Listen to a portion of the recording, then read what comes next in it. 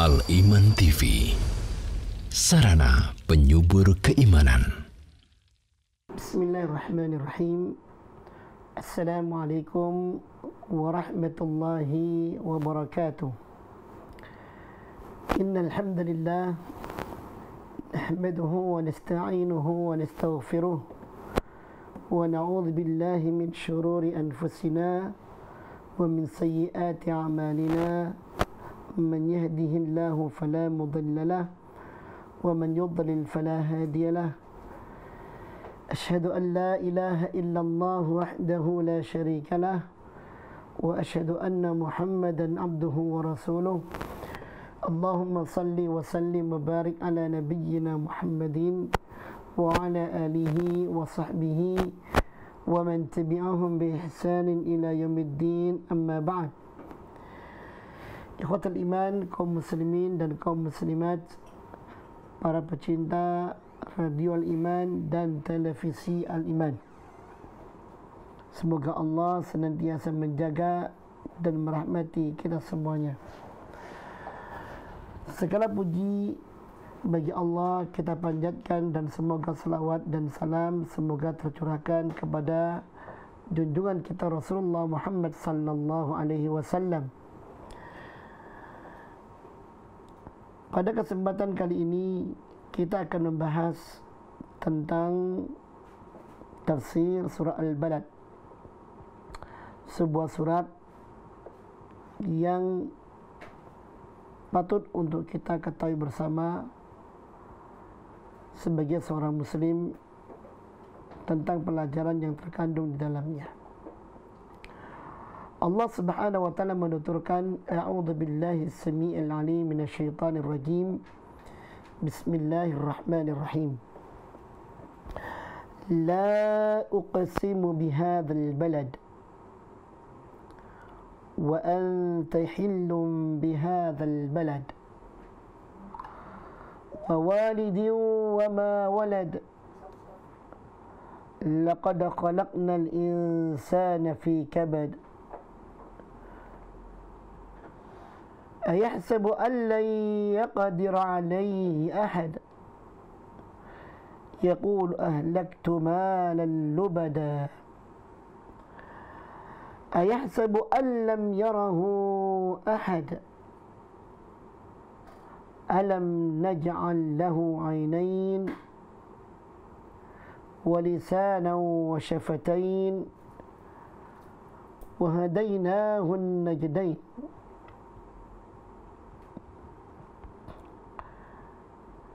Ini dulu yang akan kita bahas. Allah Subhanahu wa taala berfirman, la uqsimu bihadzal balad. Sungguh aku bersumpah dengan negeri Mekah ini. Wa anta hillun bihadzal balad. Dan aku bersumpah demi dirimu yang menempati negeri yang mulia ini, yaitu kota Mekah. Wa walidin wa ma walad. Dan aku bersumpah demi pertalian ayah dan anaknya. Laqad khalaqnal insana fi kabad. Sungguh kami telah ciptakan manusia itu berada dalam kesusahan, di dalam kesusahan. Ayahsabu an la yaqdir alaihi ahad. Apakah manusia itu mengira tidak ada seorang pun yang mampu untuk menguasainya, menguasai dirinya? Yaqulu ahlaktu malan lubada. Manusia itu dengan kesombongannya, kepongahannya mengatakan, aku telah menghabiskan harta yang demikian banyak. Ayahsabu an lam yarahu ahad. Apakah dia mengira dengan apa yang diungkapkannya itu tidak ada seorang pun yang melihatnya? Alam naj'al lahu ainain. Bukankah kami telah menjadikan bagi manusia itu dua mata? Wa lisana wa syafatain. Kami pun jadikan bagi manusia itu lisan dan dua bibirnya. Wahadainahun najdain, dan kami tunjukkan pada manusia itu dua jalan. Ma'asyiral muslimin rahimani wa rahimakumullah.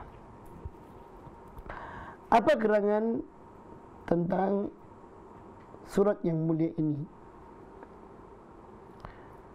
Surat yang mulia ini adalah sebuah surat yang berisikan sumpah Allah tentang kota Mekah dan kemuliaannya.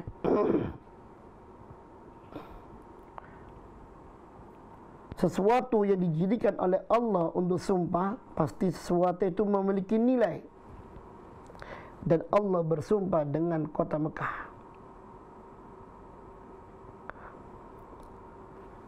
Ada dua pelajaran di sini ketika sumpah ini diungkapkan. Pertama, pelajaran tentang sumpah itu sendiri dan pelajaran tentang kemuliaan kota Mekah.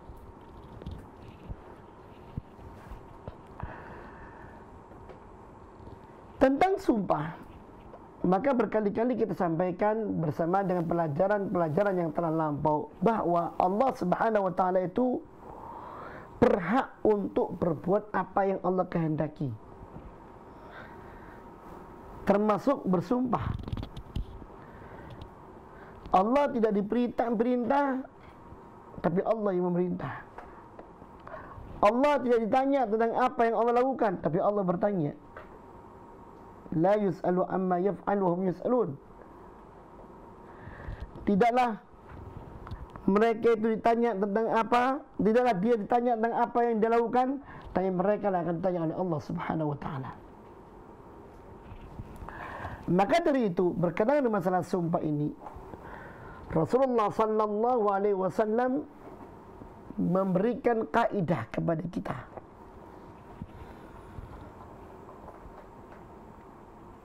Bahwa sebagai seorang hamba, sumpah itu hanya diberikan kepada Allah.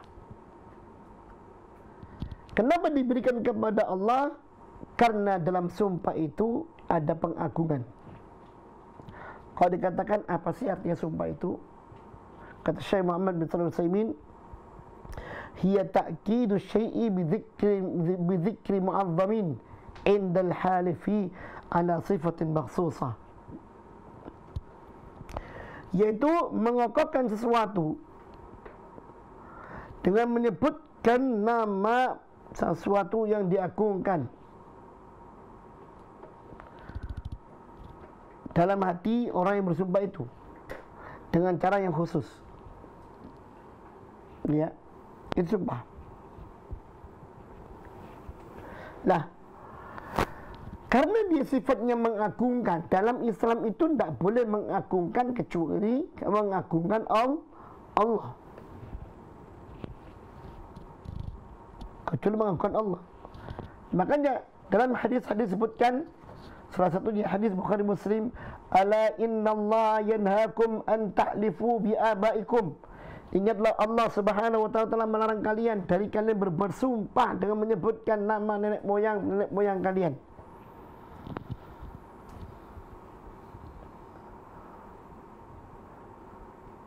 Sehingga man kana halifan falyahlif billahi wa illa liyasmut.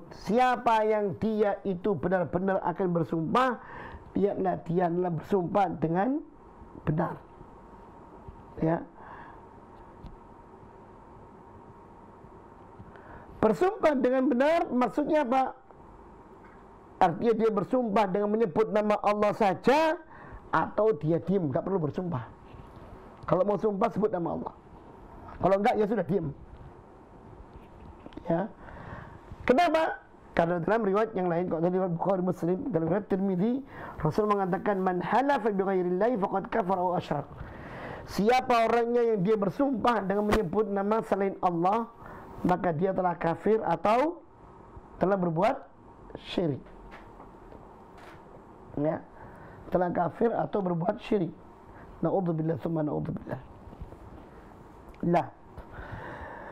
Pelajaran selanjutnya adalah tentang barang yang disumpah oleh Allah Ta'ala, atau sesuatu yang disumpah oleh Allah Ta'ala. Kalau Allah bersumpah dengan semua apa yang Allah kedai, kalau makhluk bersumpah harus menyebut nama Allah. Kalau enggak syirik. Kalau enggak dia akan terkena dosa syirik. Nah sekarang bagaimana dengan Allah SWT bersumpah dengan makhluknya? Allah bersumpah dengan makhluknya itu artinya di situ banyak pelajaran dan hikmah yang harus kita ambil. Dan termasuk kota Mekah ini banyak hikmah yang terambil, yang betul-betul bisa diambil pelajaran tentangnya. Pertama, Allah bersumpah kepada Rasulullah sallallahu alaihi wasallam dan kepada kita semuanya, maksudnya dengan menyebutkan kota ini, yaitu kota Mekah. Itu artinya kota Mekah memiliki keagungan, kemuliaan di mata Allah Subhanahu wa taala. Ya. Jawabannya iya.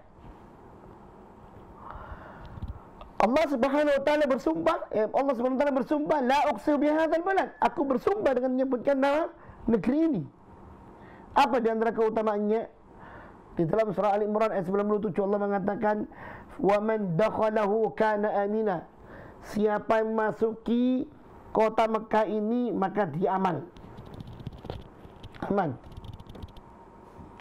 Dia dari suku asing berhasil memasuki kota Mekah, aman. Ya, aman.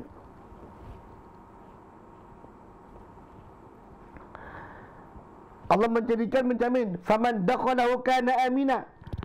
Dalam surat Al-Imran ayat 97. Siapa masuk surga itu dia berarti aman. Dia masuk Mekah itu dia berarti aman. Dan memang kota Mekah itu kota yang paling aman saat itu. Sebagaimana Allah sebutkan di dalam surat Al-Ankabut ayat 67. Awalam yarau anna ja'alna haraman amina wa yatakhattafu an-nasu min hawlihim afabil batil yu'minun wa bi ni'matillahi yakfurun.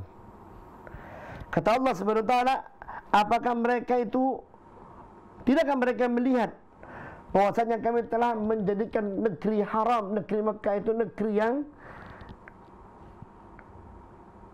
aman. Semua apa yang ada dalamnya aman, aktivitasnya aman. Ya. Wa taqattafu an-nasu min hawlihim, padahal manusia sekelilingnya saling menerkam. Ya, saling menerkam. Mencabuk dan mencaplok dan yang lainnya. Tapi untuk kota Mekah aman. Ini keistimewaannya. Allah jadikan kota Mekah itu kota yang aman. Makanya Allah mengatakan, afabil batil yu'minun. Apakah mereka itu penduduknya dengan keamanan yang Allah berikan ini, apakah masih berkeyakinan dengan keyakinan yang syirik? Wa bi ni'matillahi yakfurun, dan mereka mengingkari nikmat-nikmat yang Allah Subhanahu wa taala berikan. Ma'asyiral muslimin rahimani wa rahimakumullah.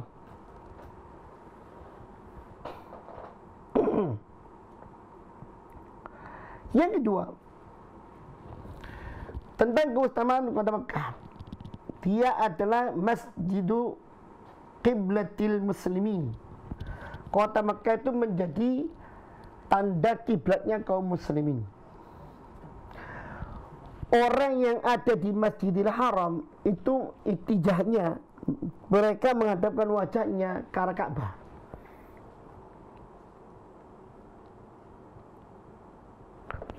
Orang yang ada di luar Masjidil Haram mustahil melihat Ka'bah. Mereka itijahnya menghadap ke Masjidil Haram. Orang yang berada di luar kota Mekah melihat kota Mekah.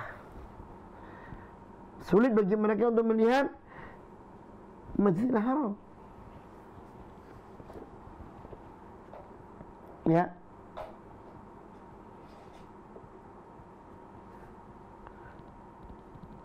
Dia sebagai kiblatnya kaum muslimin. Kota Mekah itu. Ini keistimewaannya. sehingga orang yang salat menghadap kepadanya. Di mana mereka berada? Wa haitsuma kuntum fawallu wujuhakum syatrah. Dimanapun kalian berada, hadapkan wajah kalian menuju kepadanya. Surah Al-Baqarah ayat 84. Ya. Bahkan kata Allah Subhanahu wa taala, Kota Mekah menjadi tempat sentral berkumpulnya umat manusia di seluruh dunia. Allah mengatakan walinna, kata Allah Subhanahu wa taala, wa ja'alna al-baita mathabatan lin-nasi wa amna. Karena kami menjadikan surga Masjidil Haram itu sebagai tempat berkumpul bagi manusia. Ini ada dalam surah Al-Baqarah ayat 125. Semua manusia di dunia 1 tahun sekali kumpul di kota Mekah. Nah, ditambah lagi keistimewaan kota Mekah itu adalah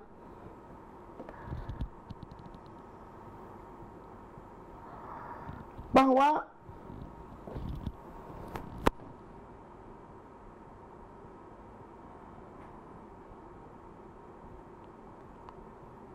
kota Mekah akan didatangi oleh seluruh manusia di seluruh antero penjuru dunia per tahunnya.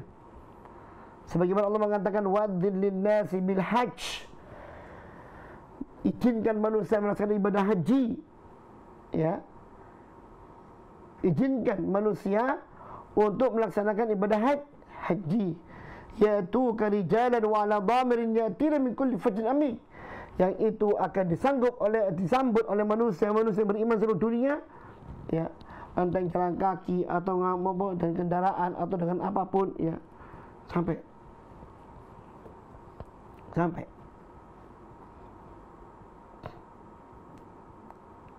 karena apa? Jadi tempat berkumpul manusia datang. Ini keistimewaannya. Ya, la uqsimu bihadzal balad. Sungguh aku bersumpah dengan negeri yang mulia ini. Aman, ya, pusat sentral, ya, sehingga yang namanya Dajjal pun tidak akan masuk ke kota ini. 2 kota besar di dunia yang tidak akan dimasuk oleh Dajjal, yaitu apa? Kota Mekah dan kota Madinah. Wa anta hillum bihadzal balad. Dan kami bersumpah demi diri Muhammad yang dilahirkan di negeri kota Mekah ini, atau yang terlahir di kota Mekah ini.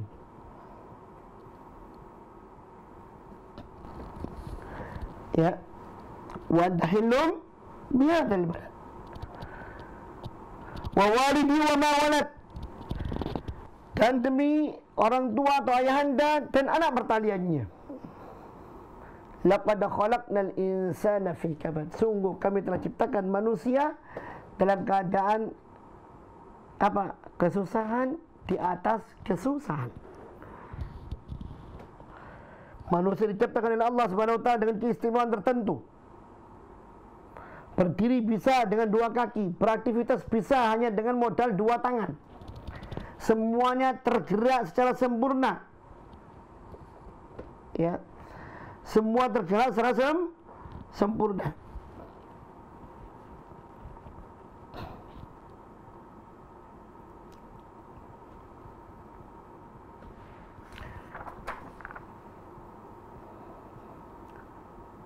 Tayyib.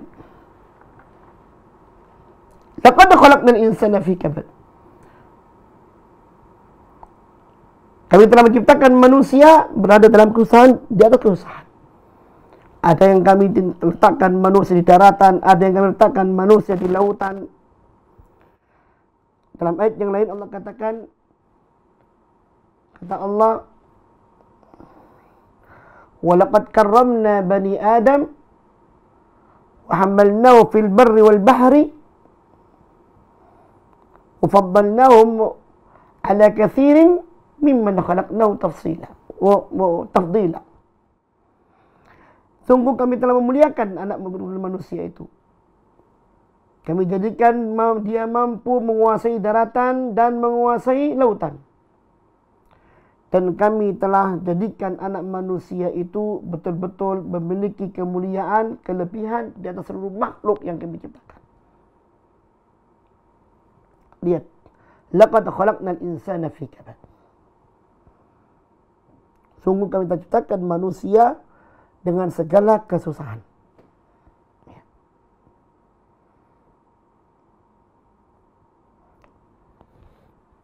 Berdiri tegak. Dan berdiri tegaknya ini mampu untuk menghadapi seluruh tantangan. Ya, mampu untuk menghadapi seluruh tantangan. Diciptakan dari sebuah nutfah. Terlahir dalam bentuk seorang bayi. Namun dengan segala kelemahan yang dimiliki oleh manusia yang terlahir tanpa senjata, Allah berikan keahlian yang luar biasa pada manusia itu bersama dengan pertumbuhannya, bersama dengan postur yang Allah ciptakan pada manusia itu. Maka Allah mengatakan, laqad khalaqnal insana fi kabad. Sungguh telah kami ciptakan manusia berada dalam kesusahan. Artinya berdiri tegak dan mampu menghadapi seluruh tantangan. Ya. Nah, akan tapi kata Allah Subhanahu wa taala, ayahsabu an la yaqdira alaihi ahad? Apakah manusia mengira tidak ada seorang pun yang memiliki kekuatan yang mengunggulinya? Artinya apakah manusia itu mengira bahwasanya tidak ada seorang pun yang menguasainya, yang mampu menguasainya? Ini sindiran kepada orang-orang yang diberi karunia oleh Allah Subhanahu wa taala kekuatan, kepandaian dan semacamnya, lalu pongah. Seperti Fir'aun, congkak. Seperti Qarun, congkak. Entah yang satu dengan jabatannya, yang satu dengan hartanya. Bahkan seperti kaum Ad, congkak. Dengan kekuatan yang Allah berikan kepada mereka. Sampai Allah mengatakan, awalam yaru anna Allah alladhi khalaqahum huwa asyaddu minhum quwwah. Dalam surah Fussilat ayat 15. Apakah manusia tidak menyadari bahwasanya Allah yang telah menciptakan mereka itu lebih kuat, lebih dahsyat daripada kekuatan yang manusia itu miliki. Ya. Ma'asyiral muslimin rahimani wa rahimakumullah. Kemudian manusia mengatakan, yaqulu ahlaktu malan lubada. Aku telah menghabiskan harta demikian banyak. Apa maksudnya? Maksudnya adalah manusia dengan kecongkakannya. Manusia itu ingin supaya eksistensinya diakui. Dia nggak ingin diatur. Dia ingin semaunya. Ya. Dan semua ditantangnya. Padahal Allah mengatakan di dalam Al-Quran ini, ayahsabu allai yaqdir alaihi ahad. Tidakkah dia menyadari bahwasanya Allah lebih mampu dan lebih menguasai tentang dirinya? Ini jawaban atas pernyataan hendaknya manusia itu jangan sombong. Lihat kaum Ad sombong dengan kekuatannya. Lihat kaum Samud sombong dengan kekuatannya. Ya. Sombong. Dan memang sifat manusia diberi oleh Allah kelebihan sombong. Nas'alullah salam wal afiyah rabbil alamin. Nah, yang jelas manusia ini sekali lagi postur ciptaannya sesuai dengan apa yang Allah inginkan terjadi di dunia sebagai khalifatul ardi, sebagai khalifah pemimpin di dunia yang fana ini. Nah, kemudian Allah SWT mengatakan, yaqulu ahlaktu malan lubada. Manusia itu kemudian mengatakan, aku telah menghabiskan harta yang sangat banyak. Aku telah menghabiskan harta yang sangat banyak. Tujuannya demi langgengnya apa yang diinginkan oleh manusia itu sendiri. Harta, tahta, wanita, dan semacamnya. Ada orang mengatakan kursi ini enak. Artinya kalau sudah menjabat, dia ingin menjabat terus. Sulit untuk diturunkan. Artinya dia nggak mau kalau turun derajat.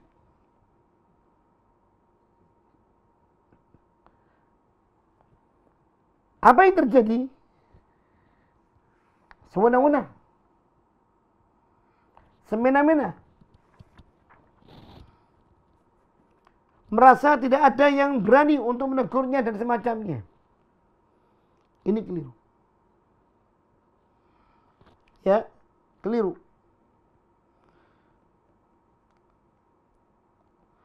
Seharusnya bagaimana? Yaitu dia introspeksi diri. Dia memperbaiki dirinya.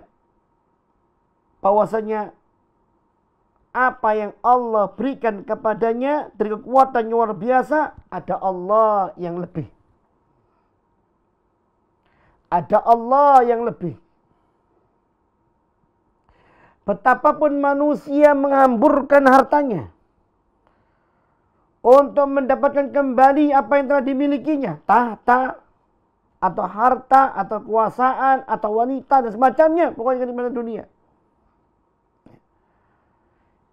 Allah bila tidak menakdirkannya untuk dia, maka tidak akan mungkin bisa terjadi untuknya. Ya, makanya Allah menegur, ayah sabu alam yarahu ahad. Apakah dia mengira itu semuanya bisa dibeli? Tidakkah dia mengira bahwasanya ya Allah maha melihatnya, maha melihat perbuatannya, maha melihat perbuatannya. Sehingga Allah ketika melihat perbuatannya, Allah akan menghisapnya. Akan mengoreksi tingkah lakunya. Yang baik diberi pahala, yang buruk kemudian ditimpakan azab oleh Allah Subhanahu wa ta'ala. Maka dari itu ma'asyiral muslimin rahimani wa rahimakumullah. Di sini sampai ayat ini, ayat sabu alam yarahu ahad. Apakah manusia tidak menyadari bahwasanya ada yang melihatnya? Ini harus dipahami, dihayati dengan hati yang luhur. Bahwa apapun yang kita lakukan, Allah Subhanahu wa ta'ala mengetahui dan mencatatnya. Allah Subhanahu wa ta'ala akan mencatatnya, akan balasnya. Akan balasnya. Ya. Karena Allah Maha melihat, Allah Maha mendengar. Tidak ada penglihatan dan pendengaran Allah itu terhalangi oleh apapun. Tidak ada.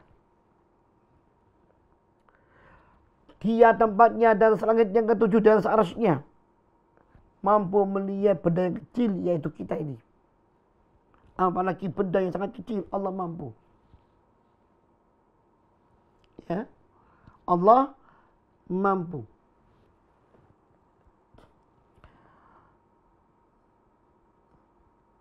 Sehingga kemampuan Allah Subhanahu wa ta'ala itu untuk mengubah manusia itu sendiri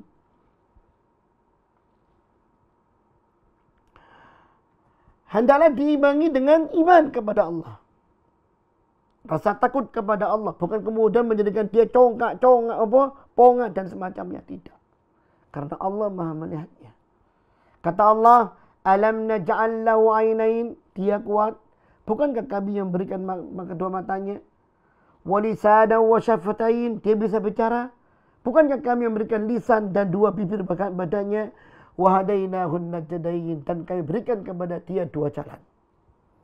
Jalan kebaikan, jalan kemungkaran. Dan tentunya di sini berarti manusia itu adalah makhluk yang tinggal pilih. Mau jadi manusia yang baik, jalan yang baik yang ditiru. Mau ambil jalan yang buruk, maka jalan buruk yang akan ditiru. Tergantung manusia itu mana yang akan ditempuhnya. Nah, ikhwani fillah rahimani wa rahimakumullah, wa hadainahun najdain, dan kami tunjukkan pada manusia dua jalan, ya. Artinya jalan kebaikan dan jalan keburukan, ya. Dan jalan ini adalah merupakan bentangan dari Allah, kita yang akan diuji oleh Allah dengan pilihan yang Allah berikan kepada kita. Dengan pilihan yang ada pada kita. Maka tidak ada lagi udzur untuk kemudian ketika kita diadab oleh Allah subhanahu wa ta'ala, saya nggak tahu ya Allah kalau itu baik, kalau itu buruk. Nggak ada lagi. Tidak ada. La udra li ahad. Tidak ada udzur bagi seorang. Taraka huda, dia tinggalkan petunjuk, dhannahu dhalalah. Dia tinggalkan petunjuk, disangkanya itu kesesatan. Wala udra li ahad, dan tidak ada udzur bagi seorang. Raqiba dhalalatan dhannaha huda, yang dia dalam hidupnya mengerjakan perbuatan yang salah, dikiranya itu petunjuk. Enggak ada udzur. Semuanya sudah paten dan menjadi tolak ukur siapa melanggar diadab oleh Allah Ta'ala. Wa hadainahun najdain, kami tunjukkan pada manusia dua jalan. Ya, mungkin ini yang bisa kami sampaikan. Kurang maaf. Aqulu qouli hadza wa astaghfirullah lakum wa lisa'iril muslimin muslimat, innahu ghafurur rahim, wa akhiru da'wana walhamdulillahirabbil alamin. Wassalamualaikum warahmatullahi wabarakatuh. Dukung channel kami dengan like, subscribe, dan aktifkan notifikasi agar kamu tidak ketinggalan video-video menarik lainnya.